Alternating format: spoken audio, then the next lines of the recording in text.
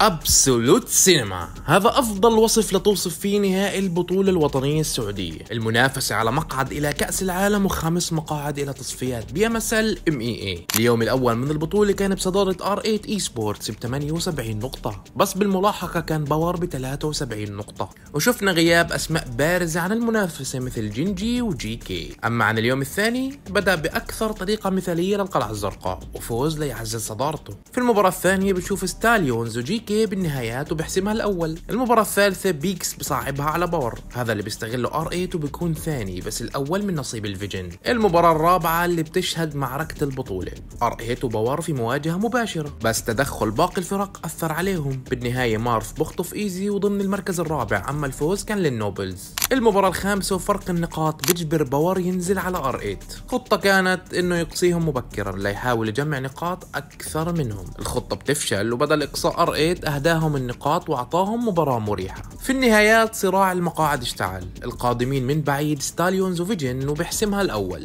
المباراة الأخيرة وهذا الترتيب العام قبل بدايتها، باور بعيد أو محتاج مباراة خارقة، بس القريب هو فيجن لتكمل السيناريوهات الرهيبة. باور بغادر مبكرا، أما عن R8 بغادرنا بالمركز السادس.